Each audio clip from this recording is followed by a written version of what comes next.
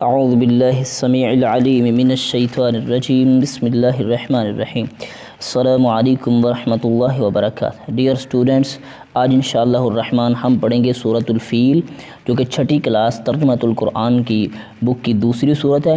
اس سے پہلے والی ویڈیوز کو دیکھنے کے لیے آپ ہمارے چینل پہ جا کر پلے لسٹ چھٹی کتاب ترجمۃ القرآن کو دیکھ سکتے ہیں، اور اگر چینل اچھا لگے تو سبسکرائب کر لیں، ویڈیو کو لائک کر دیں۔ انشاءاللہ ہم پورے سبق کی ریڈنگ کریں گے اور سورت کا ترجمہ پڑھیں گے۔ ویڈیو کو اینڈ تک دیکھنا ہے، درمیان میں چھوڑیں گے تو آپ کو سمجھ نہیں آئے گی۔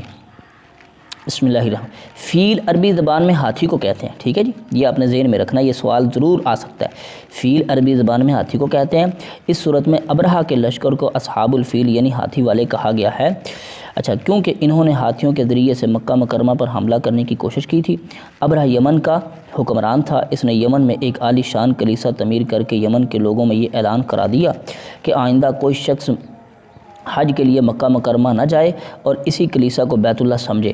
اس اعلان سے عرب کے لوگوں میں غم و غصے کی لہر دوڑی، اور ان میں سے کسی شخص نے رات کے وقت اس کلیسا میں جا کر گندگی پھیلا دی، ٹھیک ہے۔ ابرہہ کو یہ معلوم ہوا تو اس نے ایک بڑا لشکر تیار کر کے مکہ مکرمہ کا رخ کیا۔ راستے میں عرب کے کئی قبیلوں نے اسے روکنے کی کوشش کی، لیکن ابرہہ کے لشکر کے ہاتھوں انہیں شکست ہوئی۔ آخر یہ لشکر مکہ مکرمہ کے قریب ایک جگہ پہنچ گیا۔ اگلی صبح جب اس نے بیت اللہ کی طرف بڑھنا چاہا تو اس کے ہاتھی نے آگے بڑھنے سے انکار کر دیا۔ اس وقت سمندر کی طرف سے عجیب و غریب قسم کے پرندوں کا غول آیا اور پورے لشکر پر چھا گیا۔ ہر پرندے کی چونچ میں 3 کنکر تھے جو انہوں نے لشکر کے لوگوں پر برسائے۔ ان کنکروں نے لشکر کے لوگوں کے جسموں کو چیر کر رکھ دیا، ٹھیک ہے جی۔ یہ عذاب دیکھ کر سارے ہاتھی بھاگ کھڑے ہوئے۔ لشکر کے سپاہیوں میں سے کچھ وہیں ہلاک ہو گئے اور کچھ جو بھاگ نکلے وہ راستے میں مر گئے۔ ابرہہ کے جسم ایسا زہر سرایت کر گیا کہ اس کا ایک جوڑ جھڑ کر گرنے لگا۔ اسی حالت میں اسے یمن لایا گیا، وہاں اس کا سارا بدن بہہ کر ختم ہو گیا، ٹھیک ہے جی۔ اس کی موت سب سے زیادہ عبرتناک ہوئی۔ اس کے 2 ہاتھی بان مکہ مکرمہ میں رہ گئے جو اپاہج اور اندھے ہو گئے۔ بعض صحابہ کرام نے بعد میں ان دونوں کو اسی حالت میں دیکھا بھی تھا۔ سیرت ابن حشام میں یہ واقعہ موجود ہے، ٹھیک ہے جی۔ اسی طرح اللہ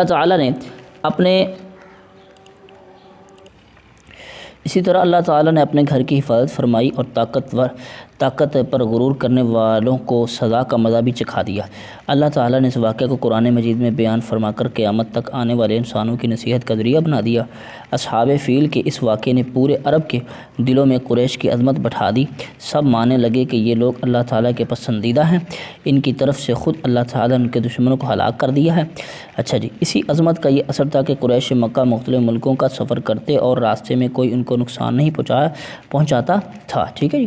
سورۃ الفیل کا مرکزی خیال ہاتھی والے لشکر کی تباہی کا ذکر کر کے مسلمانوں کو تسلی دینا ہے۔ سورۃ الفیل میں بتایا گیا ہے کہ جس طرح اللہ تعالیٰ اپنی قدرت سے ابرہہ اور اس کے لشکر کو تباہ کر کے خانہ کعبہ اور قریش مکہ کی حفاظت فرمائی ہے، اللہ تعالیٰ ابرہہ اور اس کے لشکر پر چھوٹے چھوٹے پرندے بھیجے جنہوں نے کنکریاں پھینک کر پورے لشکر کو نیست و نابود کر دیا۔ اسی صورت کے مطالعے سے معلوم ہوتا ہے کہ سب سے بڑی طاقت اللہ تعالیٰ کی طاقت ہے۔ وہ جب کسی بڑے لشکر کو ہلاک کرنا چاہے تو چھوٹے چھوٹے پرندوں کے ذریعے سے ہلاک کر سکتا ہے۔ ہمیں ہمیشہ اللہ تعالیٰ کی طاقت پر مکمل یقین رکھنا چاہیے، ٹھیک ہے جی۔ کیا آپ جانتے ہیں سورۃ الفیل ابرہہ کے خانہ کعبہ پر حملہ کرنے کے بارے میں نازل ہوئی ہے؟ اللہ تعالیٰ نے پرندوں کے ذریعے اس لشکر کو نشان عبرت بنایا تھا، ٹھیک ہے جی۔ اب چلتے ہیں جی، اس کی 5 آیات ہیں، چھوٹی سی صورت ہے، ایک رکوع ہے۔ بسم اللہ الرحمن الرحیم، مکی صورت ہے۔ الم تری، کیا نہیں آپ نے دیکھا، کیف فعل، کس طرح کیا، ربک، آپ کے رب نے، باصحاب الفیل، ہاتھی والوں کے ساتھ، ٹھیک ہے۔ الم یجعل کیدہم، کیا نہیں بنا دیا ان کی چال کو، فی تضلیل، بیکار، ٹھیک ہے جی، ان کی چال کو بیکار بنا دیا۔ وارسل علیہم، اور بھیجا ان پر، طیرن ابابیل، جھنڈ کے جھنڈ پرندوں کے، ٹھیک ہے، جھنڈ کے جھنڈ پرندوں کے۔ ترمیہم، وہ مارتے تھے ان پر، بحجارۃ من سجیل، کھنگر کی پتھریاں، ٹھیک ہے، پتھریاں مارتے تھے۔ اب یہ ترمیہم بحجارہ، جو پتھر جیسی تھی، مطلب کہ سجیل، جمی ہوئی کنکریاں، ٹھیک ہے۔ فجعلہم کعصف معقول، تو انہیں کھائے ہوئے بوسے کی طرح کر دیا، ٹھیک ہے جی۔ تو اب جلدی سے اس کی مشق بھی حل کر لیتے ہیں۔ فیل کا معنی کیا ہے جی؟ ہاتھی۔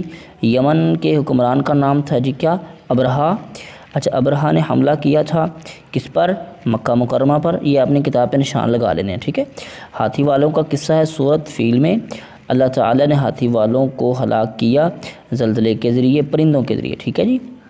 مختصر جواب دیں، سورۃ الفیل کو یہ نام کیوں دیا گیا؟ کیونکہ اس میں فیل عربی زبان میں کس کو کہتے ہیں؟ ہاتھی کو، اور اس صورت میں اس ہاتھی والوں کا ذکر ہوا ہے، جس وجہ سے اس کا نام سورۃ الفیل ہے۔ وجہ تسمیہ آپ کو سبق میں مل جائے گی۔ سورۃ الفیل کا مرکزی خیال ہے ہاتھی والوں کو تباہ کر کے مسلمانوں کو تسلی دینا، ٹھیک ہے۔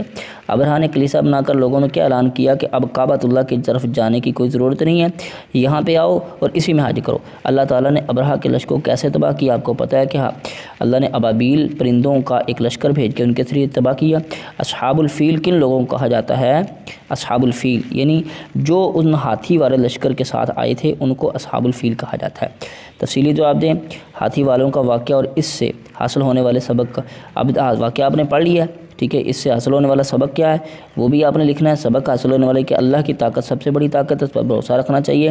جب بھی کوئی دشمن اللہ کے گھر کی طرف دیکھتا ہے تو اللہ اس کو تباہ کرتا ہے، یہ ساری چیزیں، ٹھیک ہے۔ سورۃ الفیل کے مضامین بیان کیجیے۔ سورۃ الفیل میں ہاتھی والوں کا ذکر کر کے مسلمانوں کو تسلی دی گئی ہے، اور ساتھ میں یہ بتایا گیا ہے کہ سب سے سپر پاور طاقت اللہ تعالیٰ کی طاقت ہے، اس پر یقین ہونا چاہیے۔ یہ ساری چیزیں آپ جو ہیں اپنی طرف سے تحریر کر سکتے ہیں، کوئی زیادہ مشکل بات نہیں ہے۔ تو چلیں جی، ماشاء اللہ بچوں، آج ہم نے اس سورت کو پڑھ لیا، انشاءاللہ ملیں گے ایک نئے سبق میں، تب تک کے لیے اللہ